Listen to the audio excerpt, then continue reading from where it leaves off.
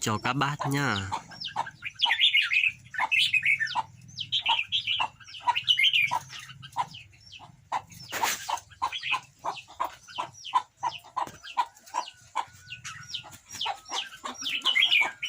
Đây là con chim nuôi non năm nay nhá.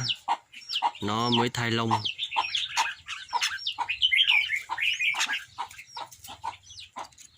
Đây.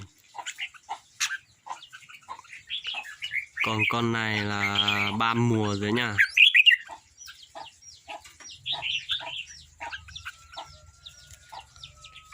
Con này cũng 3 mùa rồi nha.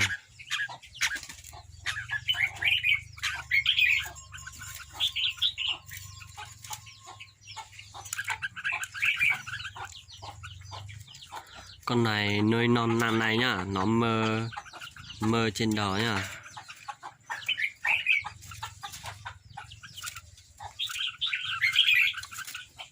Mơ nhiều sợi lắm.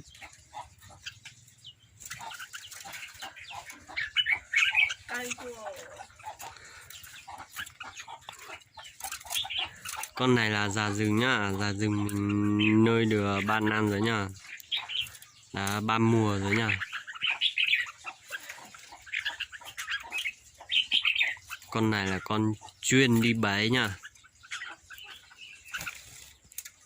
Con này là nuôi non lên nhá, 3 mùa rồi nhá. Con này nó mơ một cánh này, một sợi lông cánh này.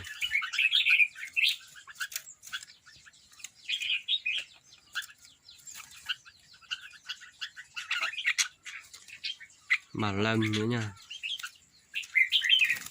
Con này là gà rừng nha, mới nuôi bây giờ mới thay lông nha.